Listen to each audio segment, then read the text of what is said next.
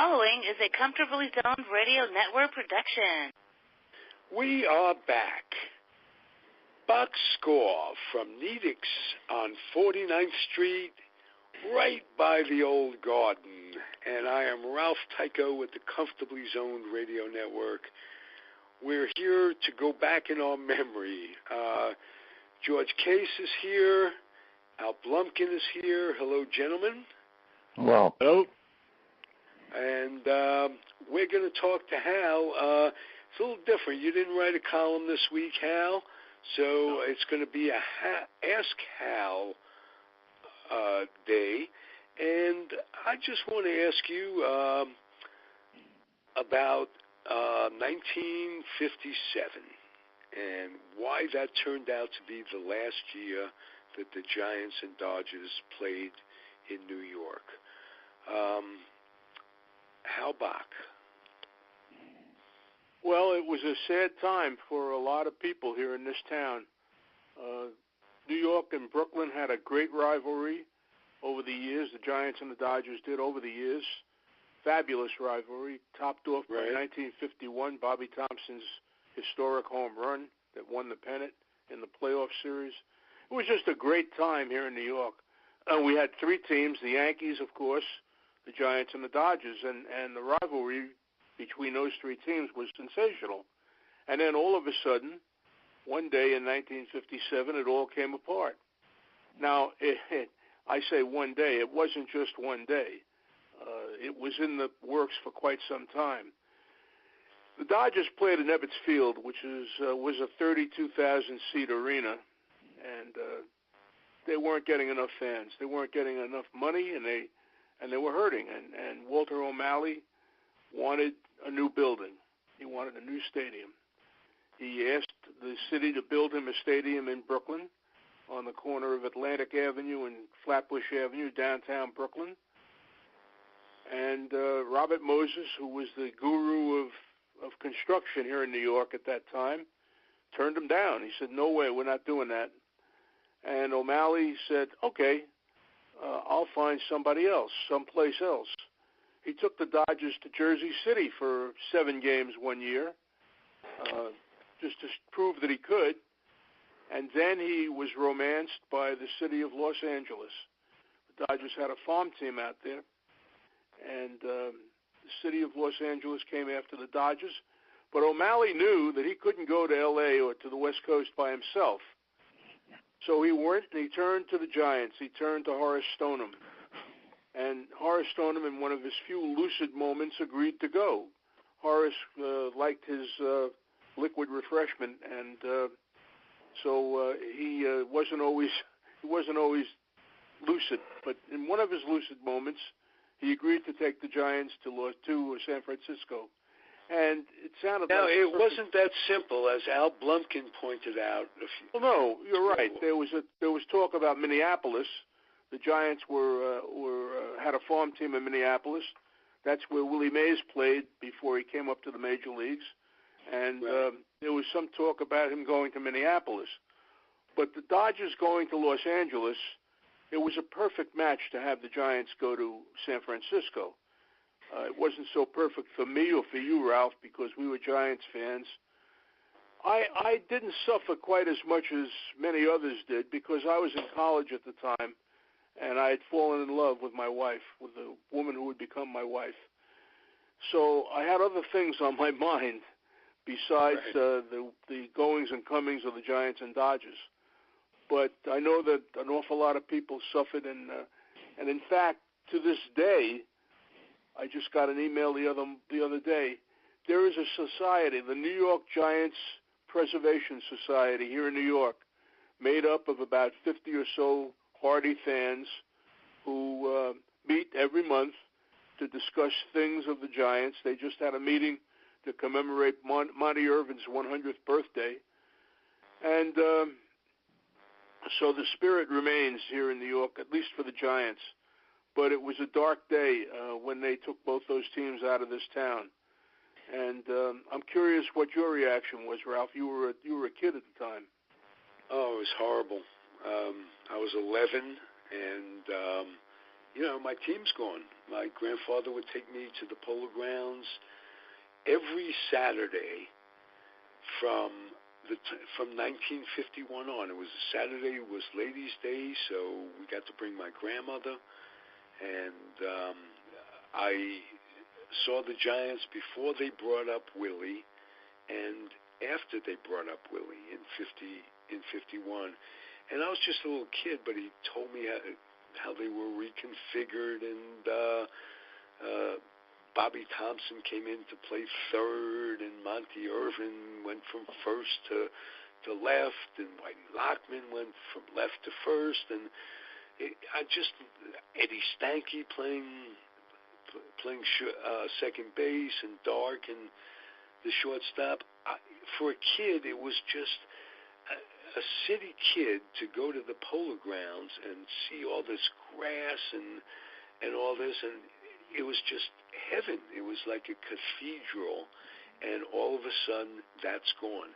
And one could say, well, you go to Yankee Stadium, you still get big league ball and this, that, and the other thing. Wasn't the same. It just nobody that wasn't there could put into words.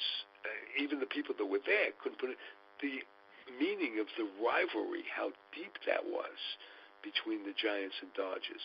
And to be fair, it carried on when they were in California. They still have a terrific rivalry. But it's not the same as playing in the same city. No. I mean, they were in the same city. They were separated by a couple of, boroughs, I guess.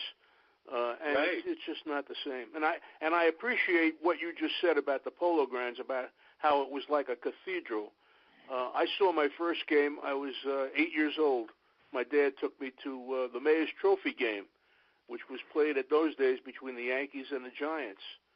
And he figured he was making a nice contribution to the Sandlot baseball program here in New York. And yes, he would get me introduced to baseball, introduced to Major League Baseball. Now, I was a kid. I was 8 years old, and I was a fan. 1947, I knew who the teams were, and I knew who the players were, but I had never seen a game. And he took me to my first game. It was in June of 1947. And you walk in. Now, you're 8 years old. You walk into that building.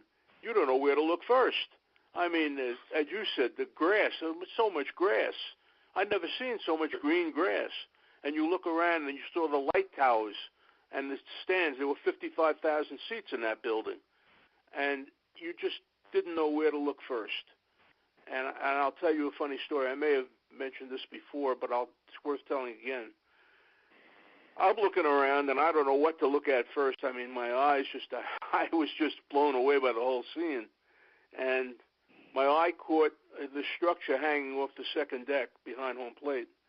And I asked my father what that was. And he said, that's the press box. That's where the writers sit. And I looked at him and I said, the writers? He said, yeah, they come here and they write about the baseball game. That's their job. And I thought, that's their job? To come to the ballpark every day and write about baseball? Wow. I think I know what I want to do when I grow up. And it came true for me. I was one of those fortunate people who decided very early in life what he wanted to do, and it came through for me. So I'm always grateful to the memory of the Polo Grounds. George, I wonder if your dad ever played in the Polo Grounds. I know he was an American League player. Yeah, no, he didn't, Hal. But the thing, at least I don't think he did, because unless they played some kind of an exhibition game, I think they did play against the Dodgers at least one time. But I think that was at Griffith Stadium. I was much more familiar, of course, my dad being an American League player with the Yankee Stadium. But on the other hand, as a kid, in 57, I was a junior in high school, 58, senior in high school. And for me, living in the Trenton, New Jersey area, what I missed was the television, because we got all the New York channels. And I think I can remember distinctly watching the Giants. I think it was on Channel 5. The Dodgers were on Channel 9. The Yankees were on Channel 11.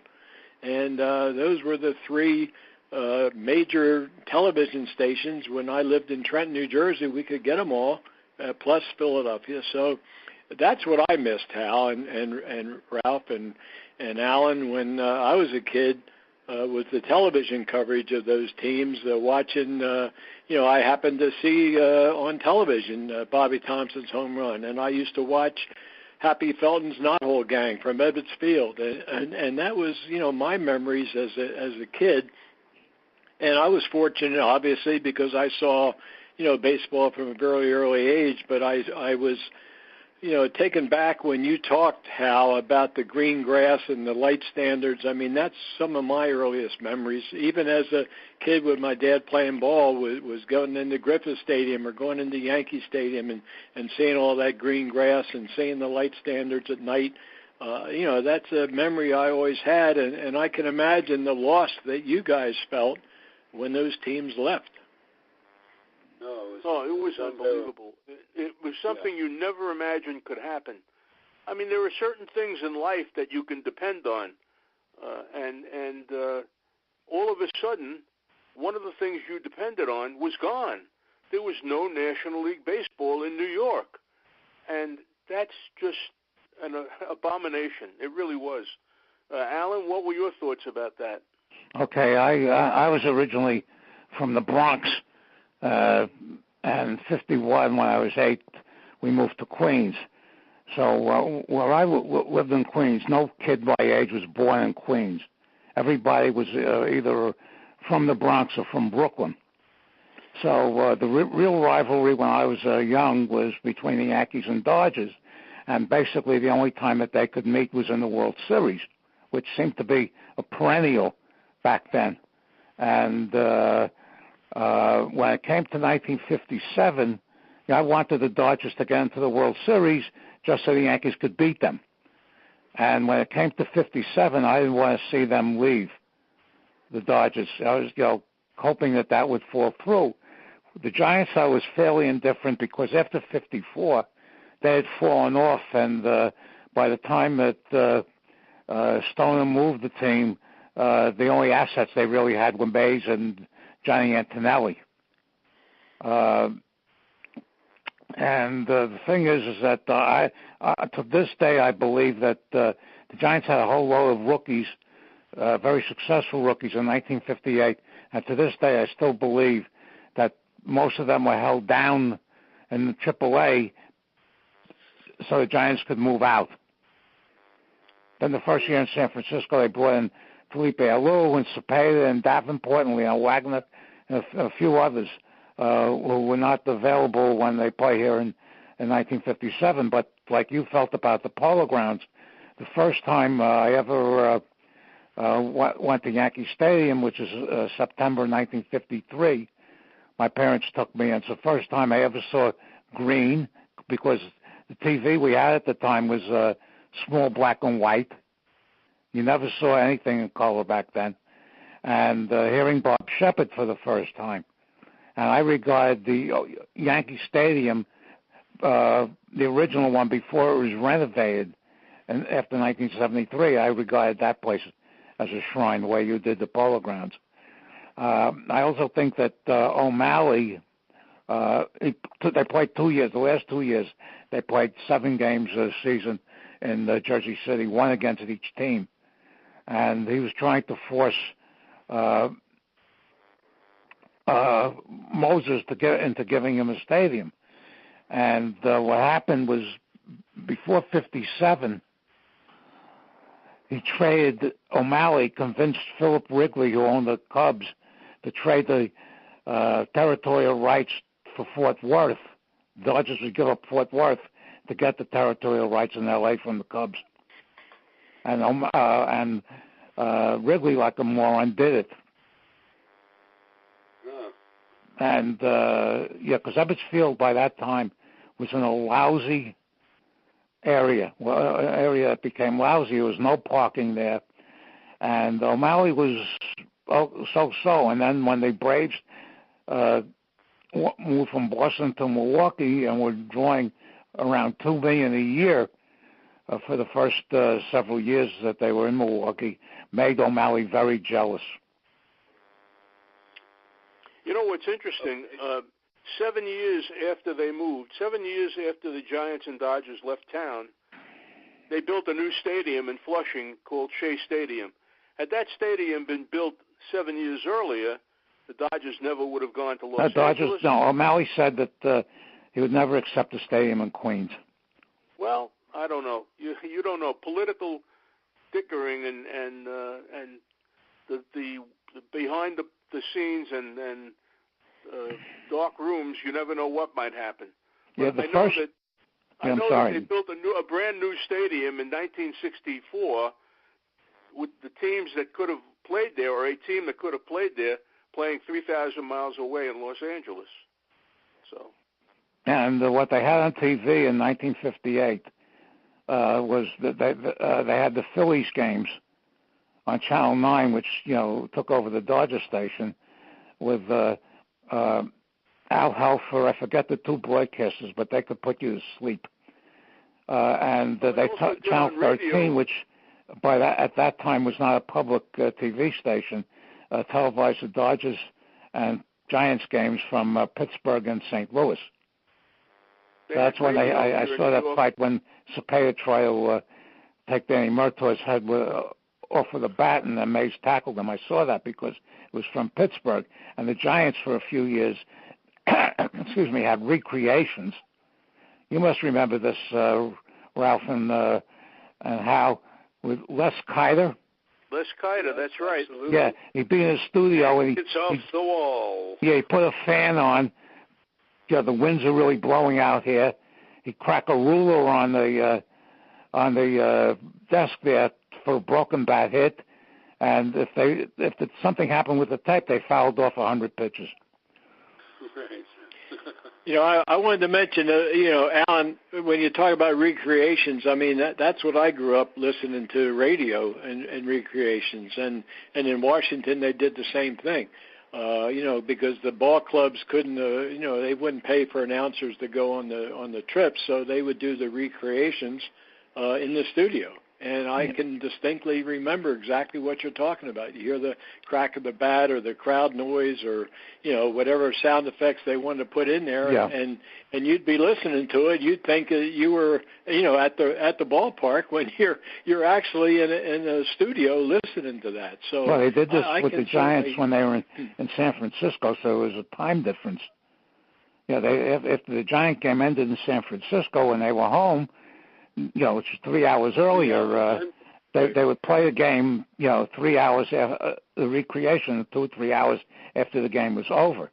And the last year that, in 1957, the last few years, the Giants and the Yankees shared Channel 11, and they only televised home games. Well, there was in those days there was great resistance by the owners to televising games because they believed that it would cut down on attendance. If I can watch a game at home, why would I go to the ballpark and buy a ticket? Yeah, I never understood why they televised all the home games instead of all the road games. Because the road games, that was part of it. And the road games made more sense. And the furthest west you had at that time was St. Louis in the National League and Kansas City in the American League, both of whom were in Central Time. That's correct. So you're not dealing with with the West Coast time differentials back then. I could never understand why they did it that way, but they did it that way. So. Well, you were also talking about... Can I ask you guys something? As somebody who was in Philly, and I really, like I say, I watched all the New York games as far as television, but I'm just curious, Hal, you're talking about the Polo Grounds, and I know in '54 when I watched the series and the Giants swept the Indians, and you got Dusty Rhodes hitting a 257-foot home run in the Polo Grounds. Obviously the Indians had no other place that even resembled anything close to the Polo Grounds. And then at Ebbets Field, and Ralph, you're talking about Ebbets Field with that right field. Where the actual right field wall was slanted. And I know Carl Furillo used to be able to play that wall like nobody else could play it. So they're my memories of those two very unique ballparks the Polo Grounds in Ebbets Field. I've never experienced anything like that, and I never attended a game in either one, but I certainly, watched them on television. Well, there's one time a story that before the 1952 World Series, Game 1, Casey Stengel was taking Mantle out there to show him all the nooks and crannies in Ebbets Field, from center to right field. And Mantle says to Casey, he says, "You mean you played there? You mean you played there?" He said, and Casey took a look at him and says, "What do you think, I was born 60? Yeah.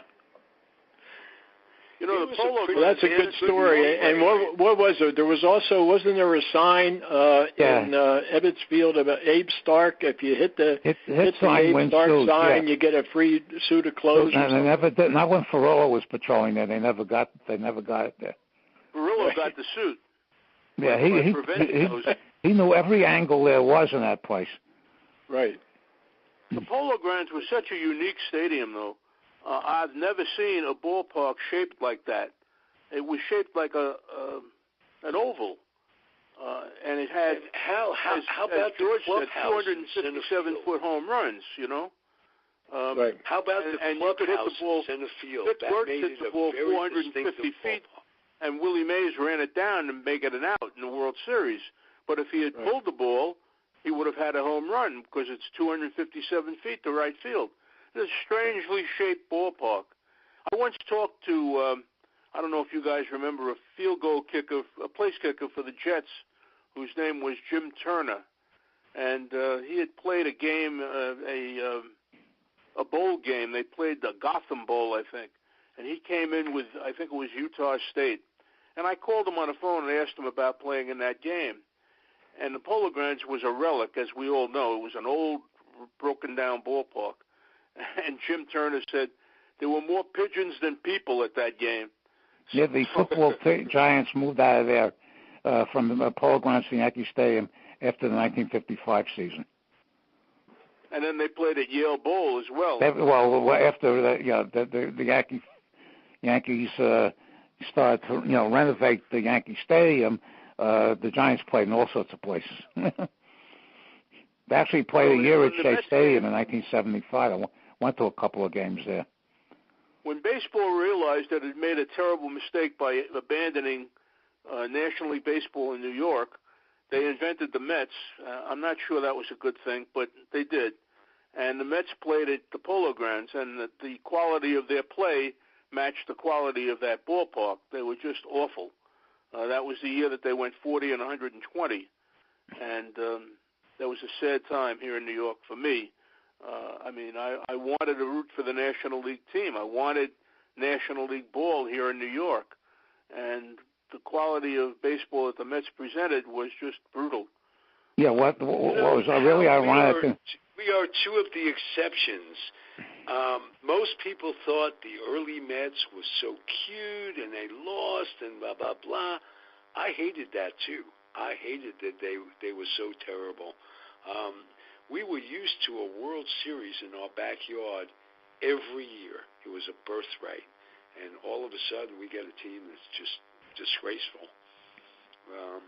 What's really ironic was that the Yankees, during the 4 years that there was no National League Baseball here from 1958 through 1961, didn't draw that well. In fact, in 1961, when you had the Mantle and Maris home run chase and the team won 109 games, they drew a little bit under 1,750,000, 4 of which was me during the summer because I was home from college. But they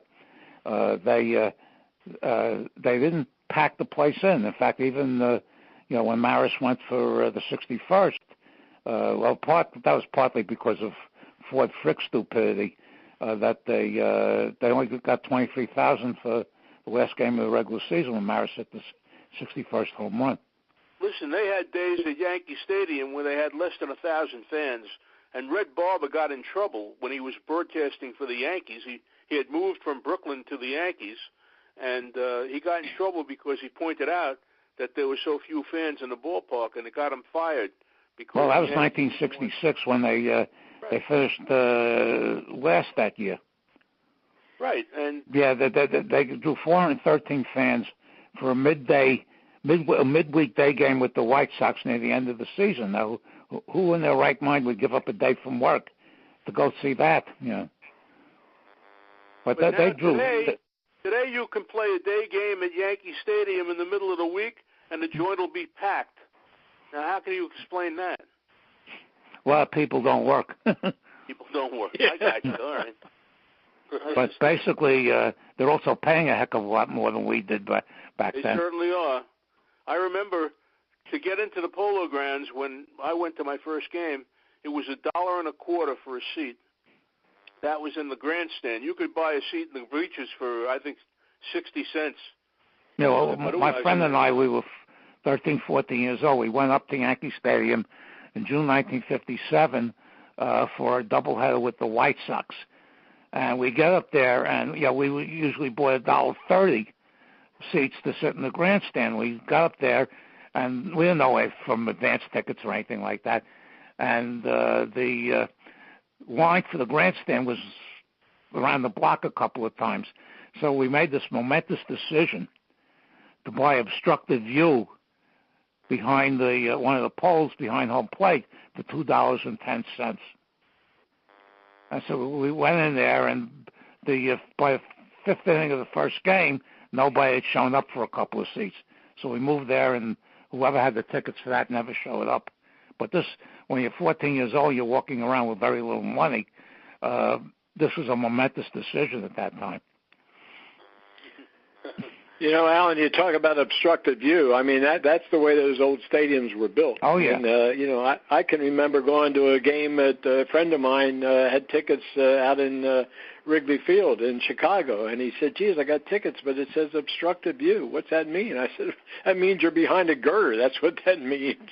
So, I mean, that's the way the stadiums were. I mean, they weren't cantilevered the way they are now, and you don't have that kind of obstructed view. But they used to sell those tickets for a reduced price because unless somebody, you could move like you did, Alan, you had to sit there and look around the corner to see what the heck was going on because you had a big girder staring you right in the face. Yeah. So, but we walked out that day. I want to ask one thing about Polo Grounds, and I think there's still some artifact that's left. Isn't it a staircase or something?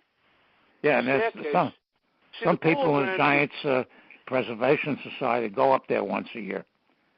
That's right. Yeah. Polo Grounds was built in an area called Coogan's Bluff.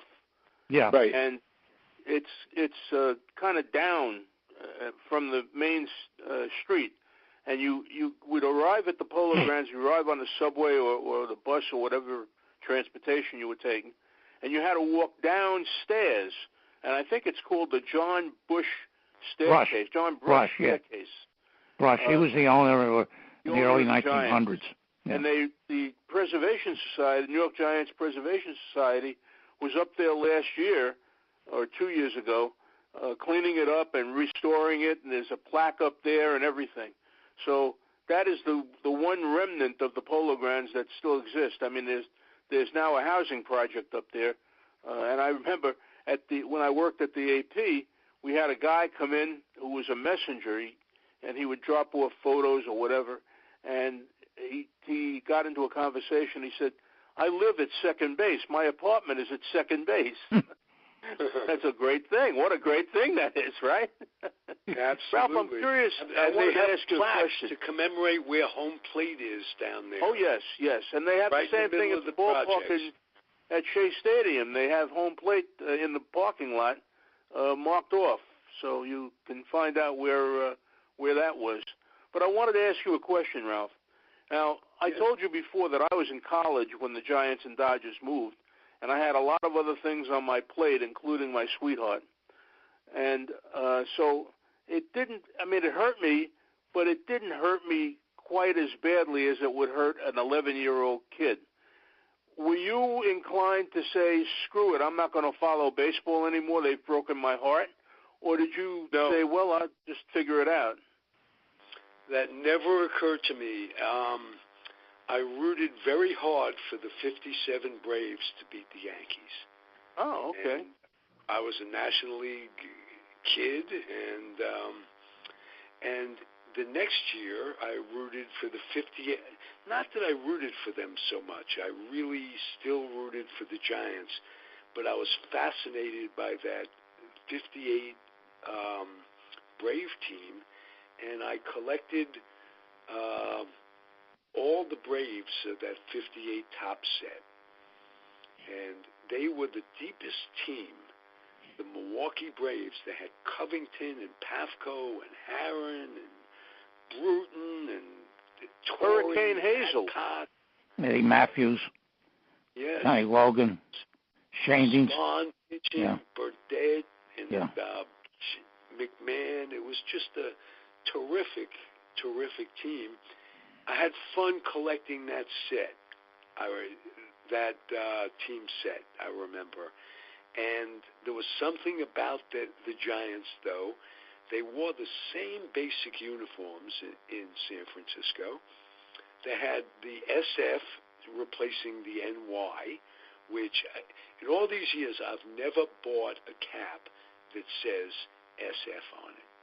And I still have many New York Giant hats. But I'm an apologist. I'm a Giant apologist all these years. I couldn't blame the team. Although a lot of my friends, I hate them, this, that, and the other thing, couldn't blame the players for the team's discretions. And but it wasn't easy. I'll tell you. We get games from Philadelphia on the radio. We get games from Pittsburgh. Get games from St. Louis on the radio. But it wasn't the same, and it's never has been the same. Baseball. I love baseball. I love the Mets, but it just wasn't a replacement. It was a substitution. It wasn't a replacement. You know what that is, Ralph? That's first love. That's your first love, and you can't replicate that. I mean, you can go on and marry 3 women or 4 women. Your first love is always very, very special, and it's hard to replace that. And that's an emotional tie that you have. I had the same thing. I experienced the same thing. I mean, first of all, I can tell you the numbers of every player on that roster in those days. I knew not only the position and not only where they batted in the lineup, but I knew their uniform numbers, and I still do to this day. So, I mean, it's just an emotional tie that you have to that team, just as I did. I mean, when they won the pennant in 1951, I danced with my father. I danced around the room with my father, laughing, and, I mean, we were in hysterics. It was so exciting and so emotional. And it was unexpected, too. It was like the 69, it was like the 86 Mets. It basically snatched victory kind of thing. The jaws of defeat. The thing is also, when you're young, when you're 9, 10, 11, 12, whatever, okay, it's much more important to you. Then later on, it's still important, but you've got other, as Hal mentioned a number of times, you've got a lot of other things on your plate. It's not central anymore. That's true, well, but I couldn't help it. I was 11. As you get older, yeah, exactly. Bigger, you know. It occupies a little corner of your plate after a while. But it's amazing how much of our plates these memories occupy, and how important it is for us to look back. Did you guys collect the cards back then? Of course. Yeah. So the cards, before you even saw a lot of these people play, you knew them from the baseball cards. Absolutely. I'm still angry. I'm still angry with George Case's father because I put a dime or a nickel or whatever it was into the vending machine, and out comes this picture of the guy sliding across home plate, and I never heard of him. It was 1947. It was my first year into baseball, and where's my Stan Musial card? No, That's right. Wait a minute. Where's Ted Kluszewski? What is this George Case business? I couldn't believe it. But it was a hell of a slide.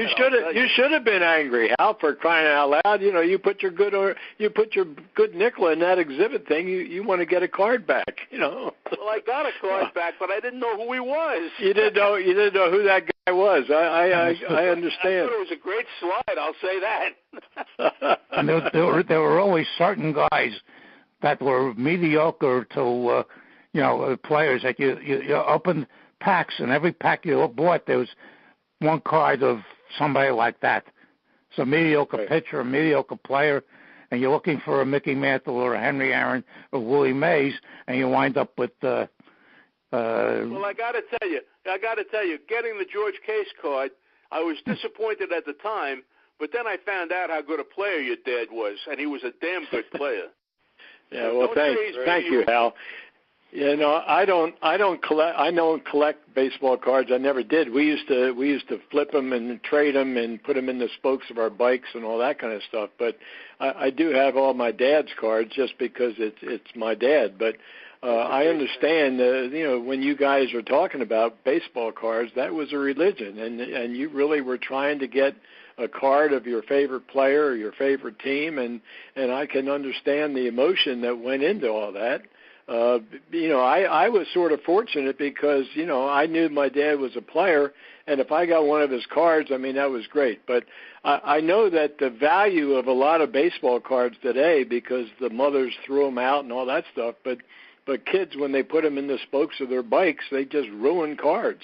And to find something in a pristine condition. I mean, some of those baseball cards from the earlier days, I think we talked last week, a Mickey Mantle rookie card is going to be X amount of dollars and all that kind of stuff. So, those cards have become very scarce because back when kids were our age collecting them, you never thought about the value. You just liked to have the cards, and you kept them in a shoebox or whatever it is, and when you went off to school, then all of a sudden, your mothers threw them in the garbage. They get rid of all that stuff. Well, we talked before about the price of tickets and how you could buy a ticket for $1.25. But $1.25, to put that together in those days was not an easy matter. To put together a nickel or a dime to buy a pack of cards, that I could do. So it got me closer to the game by being able to hold in my hand pictures of these great players who were in the Major League Baseball players. Can you imagine being a Major League Baseball player, what that meant to a 10-year-old or a 15-year-old? Right. That's your dream. That's what you dream, or I did. And one of the Facebook... Go ahead, sorry. You guys are right. I mean, your memories are right on when it comes to that. I wanted to mention about the baseball cards because I can remember, maybe you guys didn't, but I know in my neighborhood in Philadelphia, in the Philadelphia area, I mean, we didn't even think about that. We just, put them in our spokes and they made a loud noise, and, we would trade them and do all kinds, flip them and do all kinds of stuff. But I can understand the emotion when you look and you want to get a favorite player, and all of a sudden he shows up in your gum. And you got him. I mean, that's a great thrill for a youngster. Yeah, gum went down the sewer. How did you feel when you got your dad's card, George?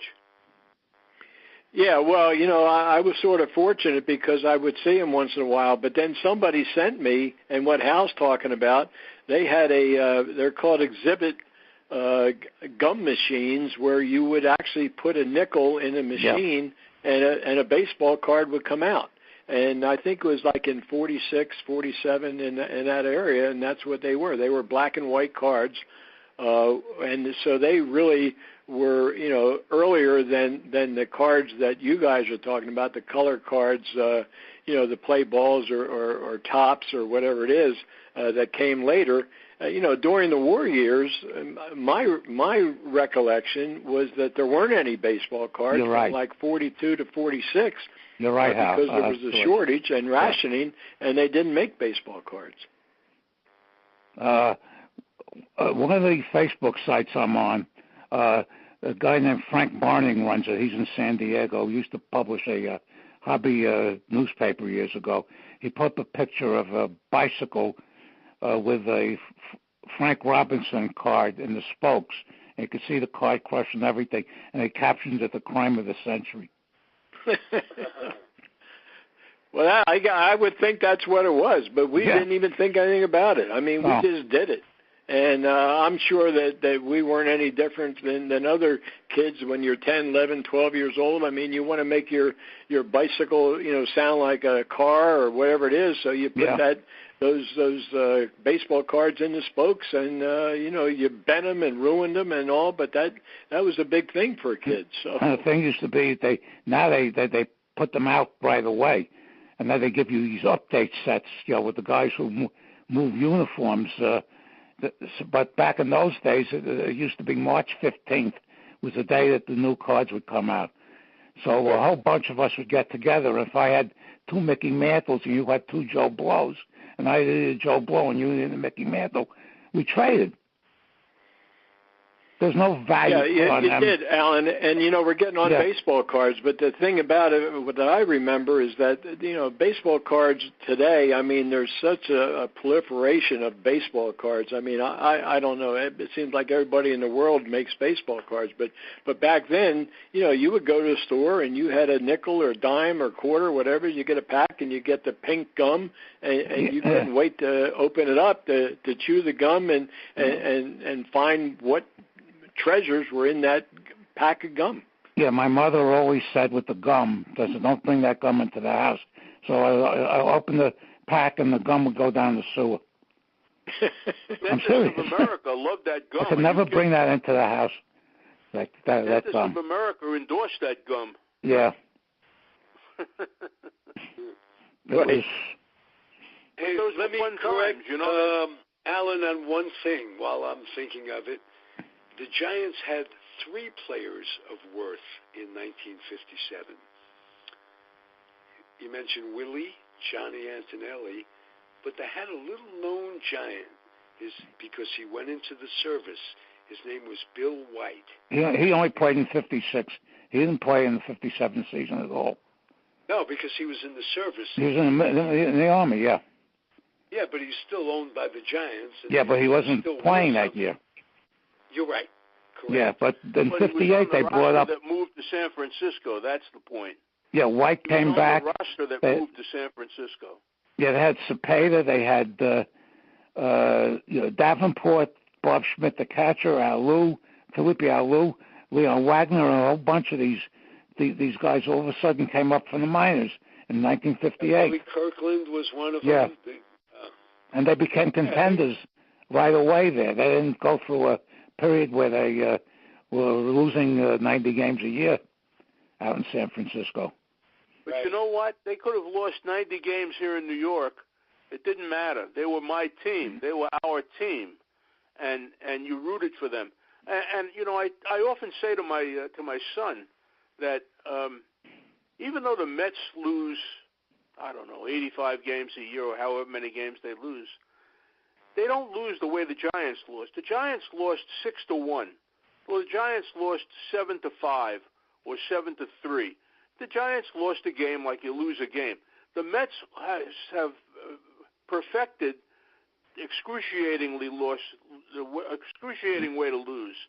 It seems to me that they break your heart every night. And I'm not a young man. I can't take this stuff. They bother me with that, The Giants was much more serene, I think. That's the word for it. They lost till they lost. They won. But I didn't have to suffer with it. But this team, somehow, I often say they're cursed. I really believe it. Well, not because of the way they lose so much, is because of the injuries. This team has been so cursed for like 2.5 years now. Unbelievable. It's a miracle that Rosario's hand didn't get broken yesterday when he got hit by a pitch. He got hit in the hand, and usually that's a broken hand, but he didn't get a broken hand. He was lucky. But they already have no third baseman. And stuff happens to this team, and I believe I have a theory about this. You can believe it or not, but my theory is that when they decided to build Citi Field in the image of Ebbets Field, it violated the baseball gods. They should have built the new stadium in a new image. it violated the baseball gods, and as a result, they have rained down curse after curse after curse on the Mets. And so that very well could be. It explains it as well as any logic explains it.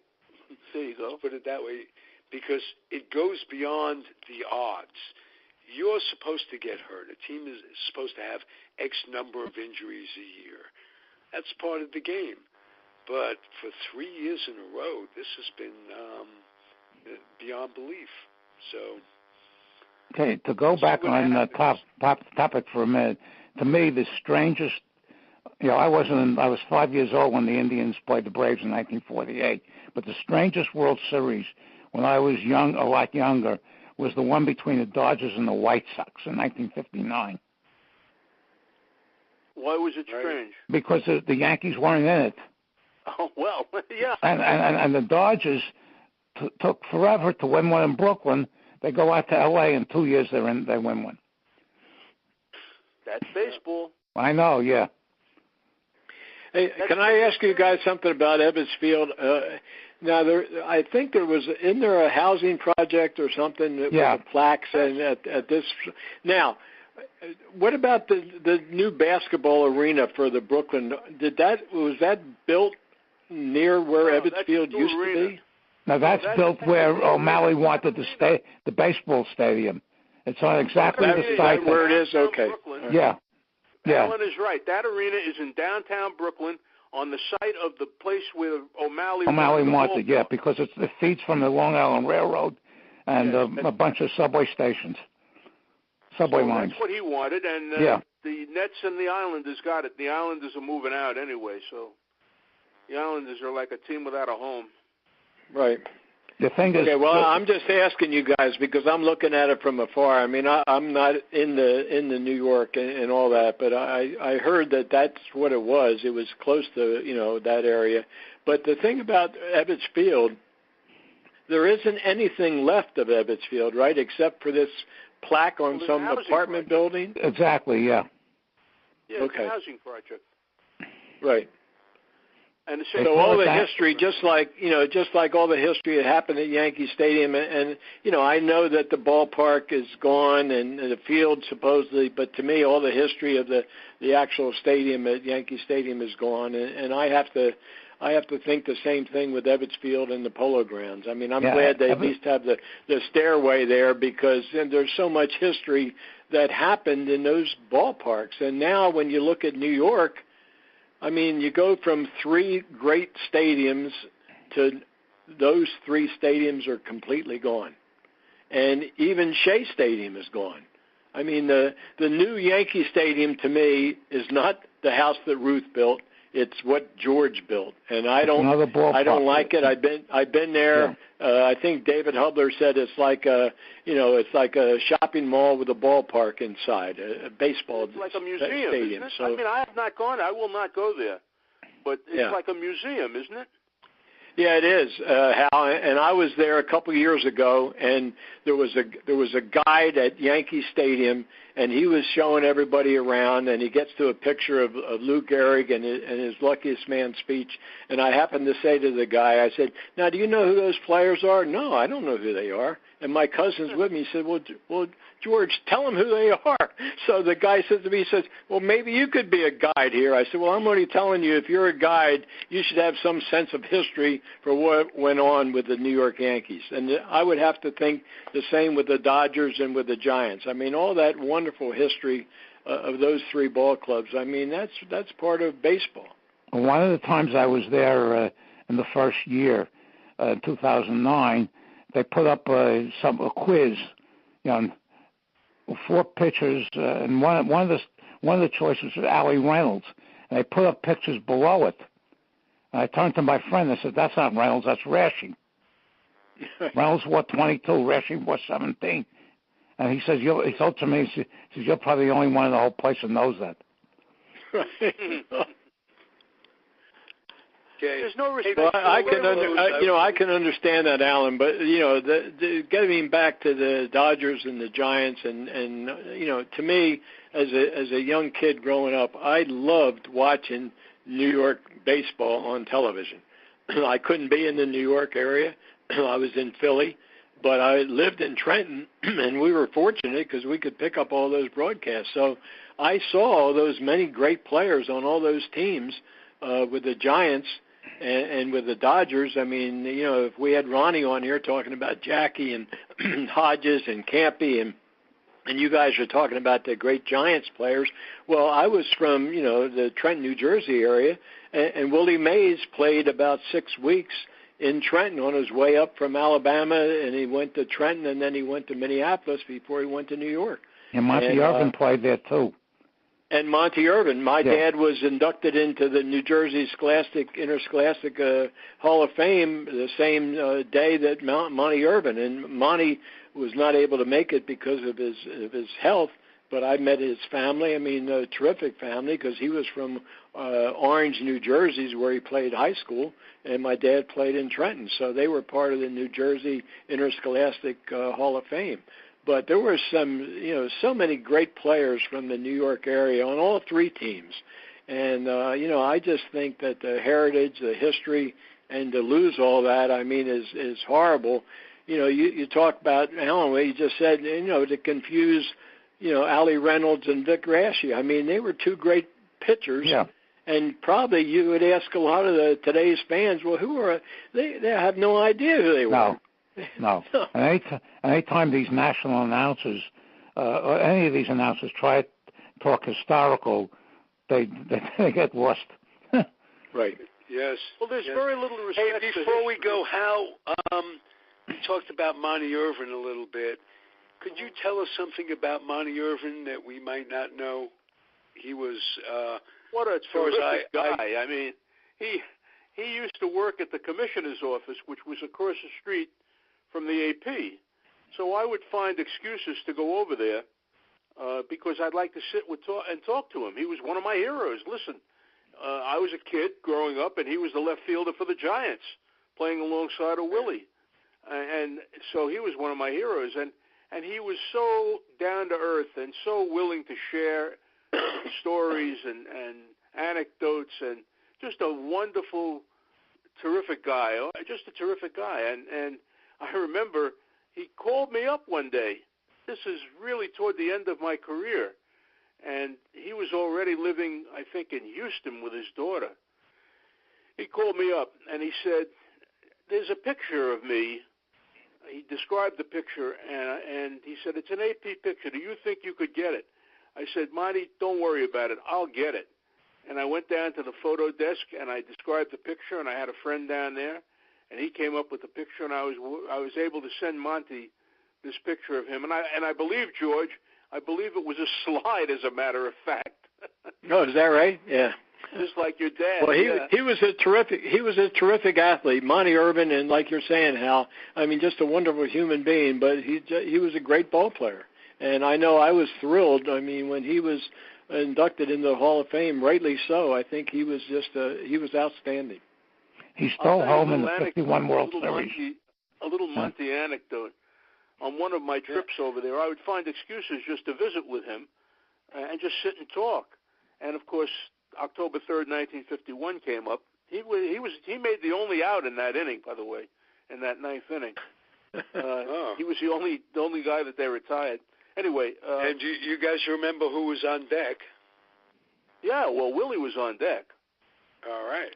Willie was on deck. Well, Monty was in the dugout when Bobby was at bat, and he said to me, the first pitch, Branca put it right down Broadway, you know, and Bobby took it. And he said, in the dugout, we all jumped up because we thought this is the pitch to hit, and Bobby didn't swing. And when they all jumped up, he said, well, our heads hit the roof of the dugout because it was such a small dugout. Right. And I thought that was such a cute story, you know. Stuff like that is a treasure for me. Well, those are those inside baseball stories. I mean, the average fan doesn't hear that, doesn't see that. But you know, if you're a ball player, and you know, I had it happen to me, jump up and hitting your head on the dugout. So I can understand that happening, Hal, and that's a wonderful story. Yeah. Hal, you know the rumors of Bobby's pitch being relayed from Sal Evars and what have you. Right. And Branca and Magley were talking one time, and Branca says, you know that pitch was coming. You guys knew it was a fastball, this, that, and the other thing. He says, this was cheating, this was that. And Magley says, Dago, why didn't you throw a curve?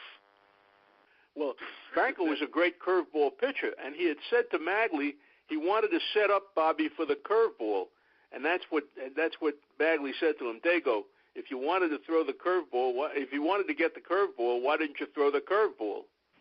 Right. Right. I'm glad he didn't, you know. You know that Bobby right. Branca was Bitterman all his life. He was very disturbed about that. Made a lot of money out of it. Did. He was an insurance man, and people would buy insurance from him just to say they... Above and beyond that, the Dog and Pony show that he and Bobby had for years and years and years, with appearances at card shows and stuff, he made quite a bit of money. Songs and parodies. Oh, yeah. You guys know that Bobby Thompson hit a home run off of him in the first playoff game at Ebbets Field. Yes, we know that. Yeah. Hey, one other thing. You talked about that picture of Monty sliding. I have a picture in my head of Monty sliding into third, breaking his leg, and Willie, who was so mentored by him and loved him so much, was over him crying with tears in his eyes. Sure. Well, Willie was a kid. Yeah. At the time. Absolutely. Yeah. Monty stole home in the 1951 World Series. I think that was the picture he wanted. Yeah. The steal of home, Yeah. Okay. Hey, next week, Hal, you don't have to write a column. Just tell me, send me a note what you want to talk about, and we'll talk about whatever you want to talk about. My problem. No problem. My pleasure. Beautiful. Thank you, guys. It's been a terrific show. Al Blumpkin, George Case III. I'm Ralph Tycho, and the host and star, the recovering Hal Bock. Good luck with I'm not recovering yet. Well, you're the first stage of, you're not recovering yet, but you're preparing. How about that? Put these drops in your eyes. We're all thinking about you, Hal, and wishing you well. So, you'll do great. I appreciate it. Thank you. We'll talk next week. Guys. Okay, bye-bye, everybody. For listening, and thank you guys for being here. Comfortably Zoned Radio Network. I love doing it. Thank you guys again. Adios, everybody. Good night. The proceeding was a Comfortably Zoned Radio Network production. Thank you for listening.